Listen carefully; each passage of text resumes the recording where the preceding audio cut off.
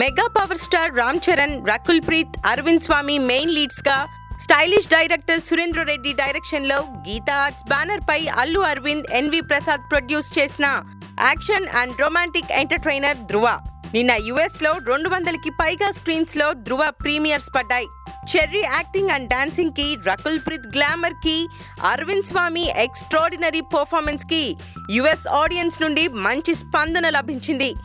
ఎప్పటి నుండో US market మీద కన్నేసిన చరణ్ తన కోరికని ధృవతో తీర్చుకున్నాడనే చెప్పాలి. ప్రమోషన్ లో భాగంగా చెర్రీ యుఎస్ వెళ్ళాడు. అక్కడున్న తెలుగు వాళ్ళతో ఇంటరాక్ట్ అయ్యి వారితో కలిసి సినిమా చూశాడు.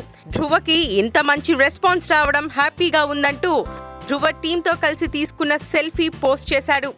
బే ఏరియాతో పాటు మరో 3 చోట్ల ధృవ టీం ప్రీమియర్ షోస్ కి అటెండ్ అయ్యారు.